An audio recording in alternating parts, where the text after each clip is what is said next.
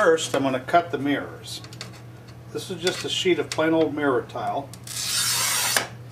I'll score the glass, break it,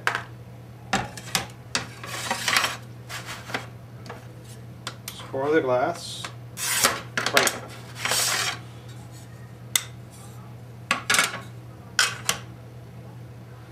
Next, I'm going to use my jig to cut the individual mirror sheets.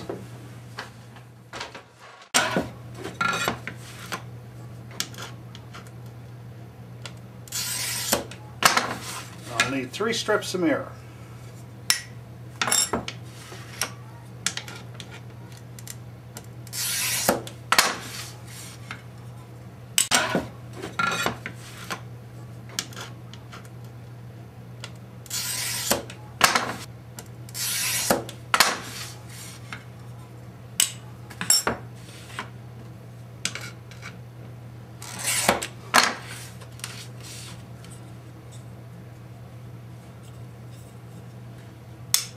That didn't work.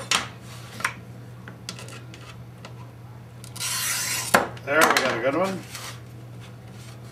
Should snap like a soda cracker. Okay, good.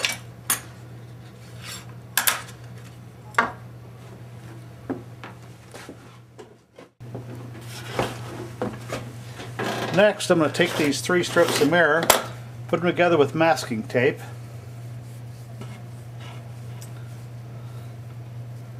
If it has an end,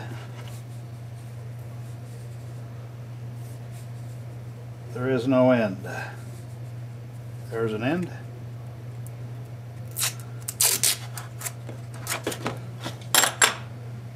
Dust them off a little bit.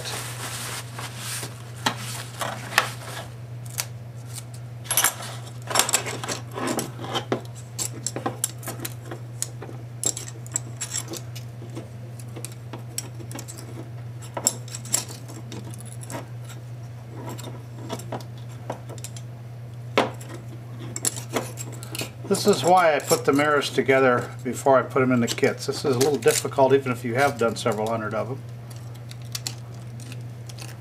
There we go. Got the back side out on all 3. The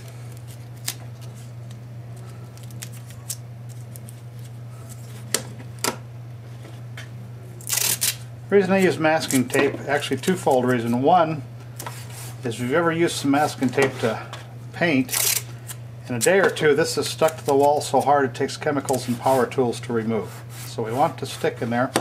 And the other reason I use it is because there's not a lot of adhesive on it.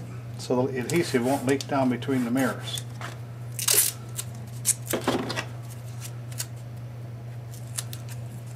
Now in my kits these are already in the tube, but if you take it out and or you don't even have to take it out, just look through the tube and you'll see the kaleidoscope effect. The mirrors reflect the image over and over. I'm going to put it up to the lens. I don't have any idea what we're going to get, but there's what you see.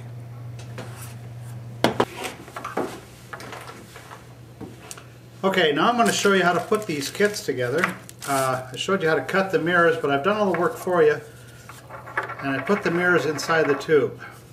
If you want, you can take them out. A little education here. There's 3 mirrors, and they're at a 60 degree angle. If you just take the mirrors and look at the world around you, you'll get the kaleidoscope effect. And I'm not going to tell you the answers, but something to think about here. One is, what are you looking at? I'll give you a little clue. It's basically a triangular image at the end of the tube, and it's being reflected over and over. And a question is, can you count how many times it's being reflected? And another question that you'll have to go to a mirror and do some playing around. When you look in the mirror, is what you see bigger than you, the same size as you, or smaller than you? And when you find out the answer, come back to the mirrors and take a look. Okay, let's put it together. You'll have a bag of parts, and in there are the stuff to make either a kaleidoscope or a teleidoscope.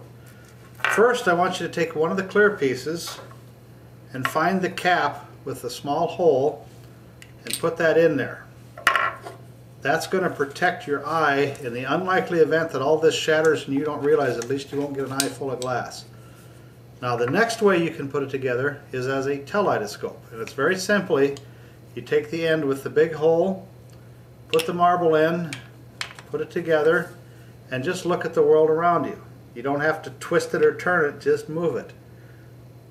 Again, this is a kaleidoscope. It's a combination of the word kaleidoscope and telescope, and you use this just to look at the world around you. The other way you can put this together is to take the marble out. You probably want to put it back in your bag of parts so you don't lose it.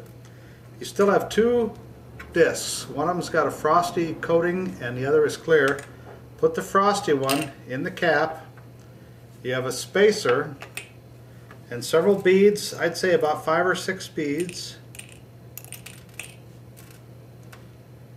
And you can play around with different quantities, different colors. Go find other things to put in there. There's no limit. Put the clear disc over. This keeps it from moving around and getting back into your mirrors. Now this is a two-handed operation. Because of the shortened area here, this will not go on tight. It's going to spin. So what you do is put that in there, and then you can turn the whole thing. And there you've made a kaleidoscope. Again, very, very simple, but you can see the principles of a kaleidoscope and a kaleidoscope with this kit. Enjoy!